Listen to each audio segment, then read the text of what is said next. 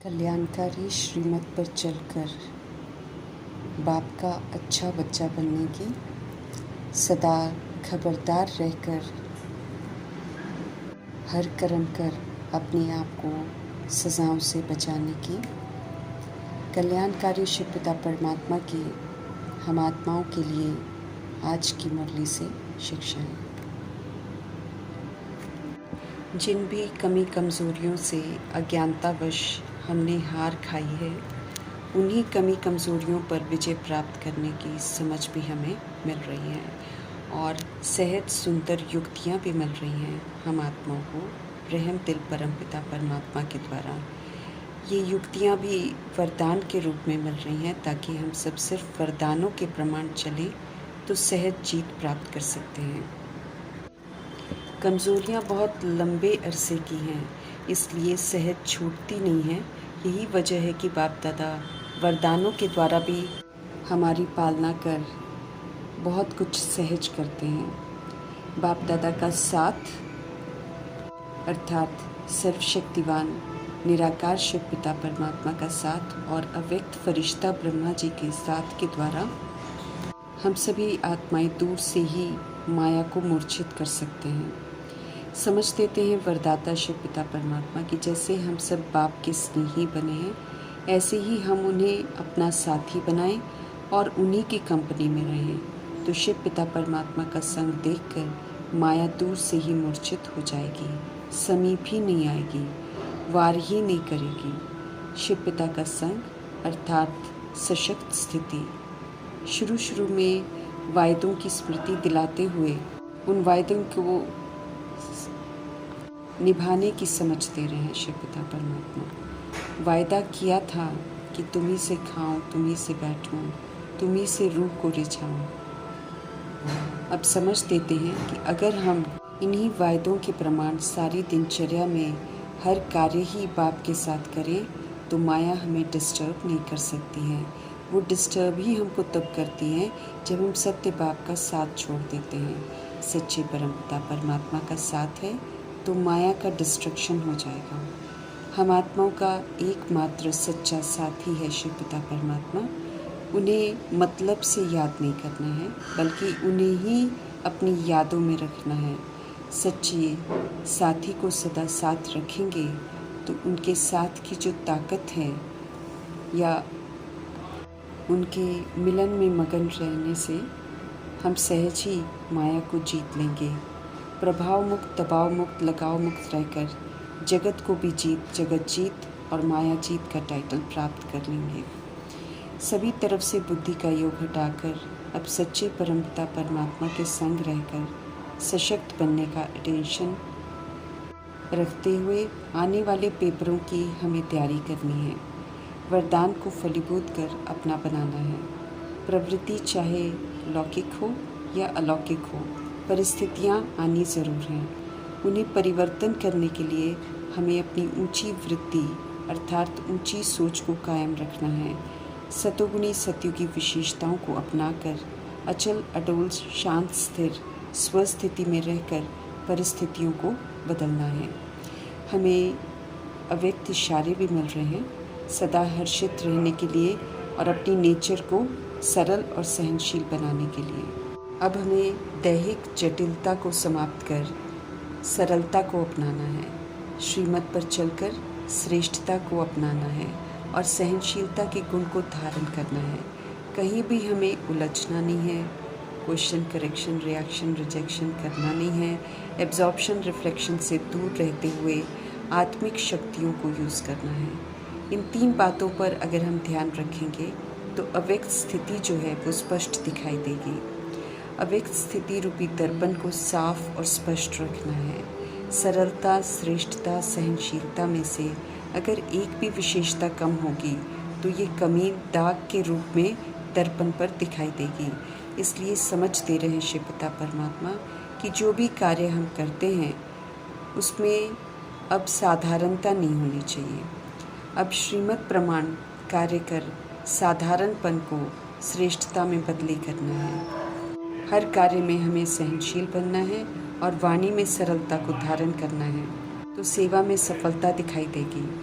ईश्वरीय पढ़ाई से संपन्न और संपूर्ण बन पास विद ऑनर की डिग्री लेने वाली मातेश्वरी परमात्म शिक्षाओं को स्पष्ट कर समझ दे रही हैं कि इस कर्म क्षेत्र पर शिव पिता परमात्मा हमको कर्म करने सिखाते हैं, क्योंकि कर्म अनादि हैं। समझ देते हैं कि हमें कर्म छोड़ने नहीं है, लेकिन हमें याद में रहकर कर्म कर कर्म योगी बनना है। सृष्टि कर्मों का खेत है, यहाँ हम जैसे कर्म करते हैं वैसा फल पाते हैं। सभी आत्माएं शरीर रूपी इंस्ट्रूमेंट लेकर अपना अपना पार्ट बजाती हैं। कर्म करने कैसे हैं, इसकी समझ हमें अभी मिल रही है। मनमत और परमत पर चलकर हम कर्म बंधनों में बंध गए, अब उनसे निकलना है। श्रीमत पर चलकर कर्म करने से निर्बंधन भी बन जाएंगे और हमारे संस्कार अकर्म के बन जाएंगे, अर्थात किसी के साथ भी हमारा कोई हिसाब किताब नहीं बनेगा। यहाँ से ही हमें अकर्म के संस्कार ले जाने हैं। फिर 2500 वर्ष की राजधानी में अकर्म के संस्कार प्रमाण कर्म करेंगे। ऑलमाइटी अथॉरिटी शिव पिता परमात्मा का भी इस ड्रामा में पार्ट है। पार्ट में आकर ही वे हम आत्माओं को सच्चाई से परिचित कराते हैं, हमें जीना सिखाते हैं, हमारे कर्मों के उल्टे खाते को सुलटा करना सिखाते हैं। हम आत्माओं को इस दुखधाम से लिबरेट करते हैं, बंधनों से छुड़ाते हैं, दलदल से निकालते हैं। उन्हें ही गति सदगति दाता कहते हैं। हमें अब उनके ही संग में रहना है और उनके कहे अनुसार चलना है और बंधनों से मुक्त होना है। हम आत्माओं पर बेभान अभिमान कमी कमजोरियों का बंधन चढ़ा हुआ है। अभी शिव पिता परमात्मा हमें प्योर बना रहे हैं, तो हमें प्योर बनना है। वापस घर जाने के लिए हमें तैयार होना है। सृष्टि के नियमों और कायदों को अच्छी रीति समझना है और परिवर्तन को देखने के लिए तैयार होना है। सब कुछ यहाँ परिवर्तनशील है। शरीर में भी बदलाव आते हैं, अंत भी होता है। कोई भी बात की अति के बाद अंत ज़रूर होता है। सृष्टि के नियमों को समझेंगे तो सब कुछ स्वीकार करना सहज हो जाएगा। समझ मिलती है कि हम आत्माएं गुप्त हैं, परमपिता परमात्मा भी गुप्त हैं, दिखाई नहीं देते हैं लेकिन सत्य हैं। शरीर दिखाई देता है लेकिन शरीर विनाशी है। शरीर आधार है जो आत्मा पाठ बचाने के लिए लेती है। शरीर बाप का हो या बच्चे का हो, ख़त्म हो जाता है। दोनों शरीर में जो रूहें हैं जो शरीर को चलाती हैं वो अविनाशी हैं, वो परमपिता परमात्मा की संतान हैं। परमपिता परमात्मा विशेषताओं के सिंधु हैं, कर्तव्यों में ऊंचे हैं। उनके संग किसी की भी कोई तुलना नहीं हो सकती है। देखने में हम आत्माएं और परमात्मा ज्योति बिंदु हैं, सूक्ष्म हैं। अपने समय पर जब सृष्टि को उनकी बहुत सख्त ज़रूरत होती है तब ड्रामा में वो प्रवेश करते हैं। हम आत्माओं को रिजुविनेट करते हैं, सुरजीत करते हैं। समझ से सब कब्र दाखिल हो जाते हैं। सिवाय परमपिता परमात्मा के कोई भी होश में नहीं ला सकता है। आत्माओं को उनकी सुंदर क्रिएशन है हेवन, इसलिए उनको हेवनली गॉडफादर भी कहते हैं। इतनी सुंदर जन्नत में जाने के लायक हम आत्माओं को वो बनाते हैं। जो बनता है उन्हें फिर हेवन गिफ्ट के रूप में मिलता है। परमपिता परमात्मा के विशाल महान निराले कर्तव्य में हमें सहयोगी बनना है। समझ से माया के बंधनों को छोड़ना है। एक राज्य एक धर्म की दुनिया में जाना है तो ईश्वरीय कायदों पर चलकर पवित्रता की धर्म सत्ता को अपनाना है। स्वराज्य अधिकारी बनना है। सत्य परमपिता परमात्मा इस समय हमें सत्य से परिचित करा रहे हैं, तो हमें सच्चा ज़रूर बनना है। अब वही बोलना है जो शिव पिता परमात्मा कहते हैं। अब हमें झूठ नहीं बोलना है। आत्मा है हम सब, तो अब आत्मा समझकर पाठ बजाना है। दैहिक भिन्नता को समाप्त करना है। परमपिता परमात्मा ocean of knowledge, bliss, power, peace, purity, love, happiness हैं। उनके संग रहकर इन विशेषताओं का हमें स्वरूप बनना है। सभी रूहों को इनका सहयोग देना है। परमपिता परमात्मा की महिमा, उनके कर्तव्यों से जो संकल्प और कार्य कल पहले भी उन्होंने किए थे, अब भी वही कर रहे हैं। इस सत्य से सभी को परिचित कराना है। सर्व संबंधी हैं शिव पिता परमात्मा हम आत्माओं के। इस सत्य को स्वीकार कर उन्हीं को सर्व संबंधी बनाकर मायावी संबंधों से हमें मुक्त होना है। सदा सुख का वर्षा मिलता है अगर हम श्रीमद् प्रमाण कर्म करते हैं तो। कर्मों की यथार्थ नॉलेज शिव पिता परमात्मा ही हम आत्मा को देते हैं। कर्म योग श्रेष्ठ है, इसलिए याद में रहकर श्रीमद् प्रमाण हमें हर कर्म करना है। कर्म पवित्र बन जाएंगे और कर्म का खाता हमारा बन जाएगा और विकर्म का खाता समाप्त हो जाएगा। बुरा खाता नहीं बनेगा। समय समाप्ति की ओर जा रहा है। संगम युग सदा ही चलता नहीं रहेगा। थोड़े समय का ही है ये युग और उसमें भी हर आत्मा को अपना अपना समय मिलता है, जिससे हमें स्व परिवर्तन कर विश्व परिवर्तन करने में अपना पूरा सहयोग देना है। जब हम आत्माओं को एहसास नहीं होता है अनमोल समय की अहमियत का, तो सुप्रीम जस्टिस बन शिव पिता परमात्मा सख्ती से हम आत्माओं को होश में लाते हैं। समझ देते हैं कि हम आत्माओं के कल्याण अर्थ सृष्टि रूपी ड्रामा में वो प्रवेश करते हैं। तो जितना समय वो हमारे संग हैं उतना समय तो हम सब इस बात का ख्याल रखें, शुद्ध पवित्र होकर रहें, श्रीमत पर चलकर अपनी प्रारब्ध बनाएं, दृढ़ता रख ईश्वरीय धारणाओं में पूरा रहें। अब दुनिया की परवाह नहीं करनी है, उनकी भ्रष्ट मत पर हमें बिल्कुल नहीं चलना है। वो दुनिया जो अब जाने वाली है उसकी भ्रष्ट मर्यादाओं का ख्याल नहीं करना है। मौत सामने खड़ी है, देह और देह के विस्तार की मौत होनी है। उससे पहले रूह को निखारना है। शरीर छूट जाएगा, रूह ने आगे की यात्रा पर जाना है। जितनी आवश्यकता है शरीर निर्वाह के लिए उतना हमें करना है। एक्स्ट्रा तो वेस्टेज ऑफ टाइम एनर्जी है, क्योंकि वो काम नहीं आना है, विनाश हो जाना है। एक्स्ट्रा रचना की मना कर रहे हैं परमपिता परमात्मा, क्योंकि सब कुछ तो गिरना है।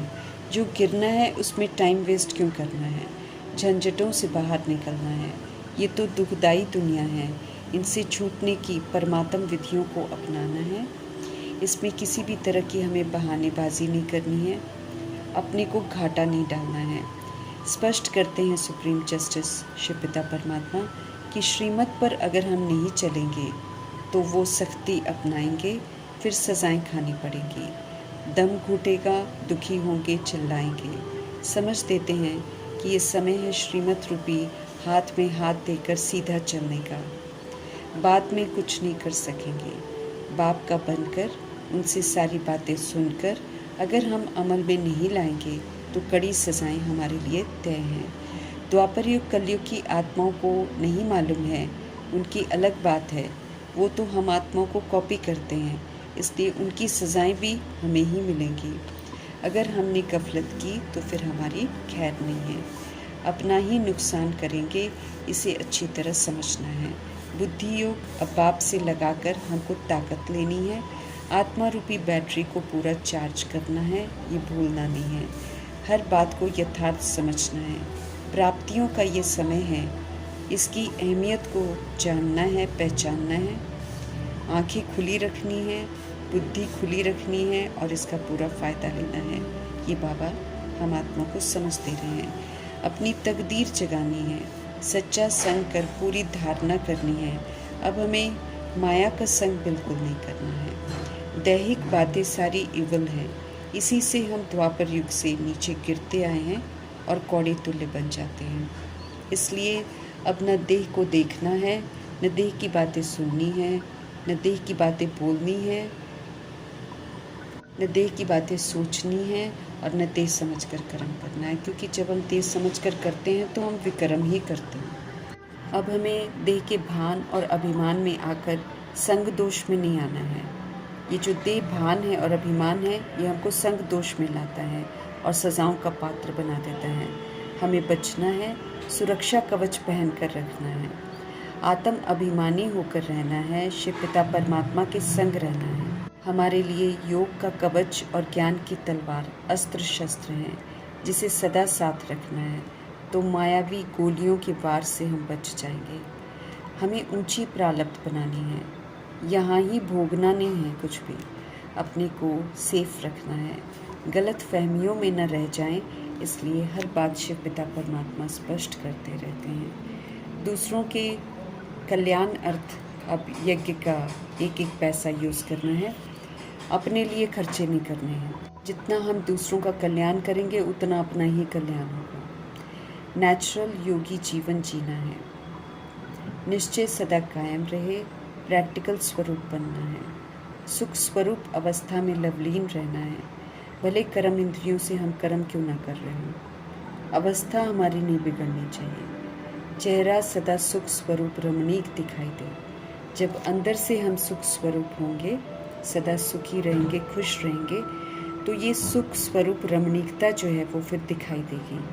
हमारे अंदर सिर्फ शुद्ध संकल्प चले, इसका ध्यान रखना है। ईश्वरीय आनंद में आंतरिक मगन अवस्था में रहना है, तो अशुद्ध संकल्प विकल्प की उत्पत्ति नहीं होगी। शुद्ध प्योर धरनी हो तो सबके भले के लिए और स्व की उन्नति के लिए संकल्प उत्पन्न होंगे। मातेश्वरी हमें समझ दे रही हैं कि ऐसी अति मीठी सुंदर अवस्था में अगर हम रहेंगे तो समय पर ये हमें हमारी बहुत मदद करेगी। ऐसी ईश्वरीय अलौकिक मीठी प्योर लाइफ बनाने का गोल्डन चांस हमें मिला हुआ है, तो ऐसी अवस्था भी बनानी है, इसकी मेहनत ज़रूर करनी है। जैसे मातेश्वरी ने गोल्डन चांस का पूरा लाभ लिया, ऐसे हम आत्माओं को भी समझ देते हैं कि इस गोल्डन चांस का पूरा लाभ लो। योग में रहेंगे तो स्वस्वरूप में स्थित होकर सुख स्वरूप बन जाएंगे। मन सहित हमें सभी कर्म इंद्रियों को कंट्रोल कर एकाग्रचित बन ईश्वरीय सुख स्वरूप होना है। इसके लिए फिर समझ दे रही हैं मातेश्वरी कि हम सभी आत्माएं योग का टाइम जो है वो पर्सनल फिक्स करें, इसका ज़रूर अभ्यास करें। व्यक्त बातों से बिल्कुल नाता तोड़ दें, दैहिक बातों से कोई भी संपर्क नहीं रखना है हमें। अब अव्यक्त संबंध से नाता जोड़ें। जब हम अव्यक्त संबंध से नाता जोड़ेंगे तो चलते फिरते योग की हमारी ऊंची अवस्था हो जाएगी। श्रीमत पर चलकर अपनी ऊंची अवस्था बनाने की समझ देने वाले शिव पिता परमात्मा जी का और उनकी समझ प्रमाण चलकर अपनी ऊंची अवस्था बनाकर संपन्न और संपूर्ण बनाने वाली मातेश्वरी जी का धन्यवाद करते हुए ओम शांति।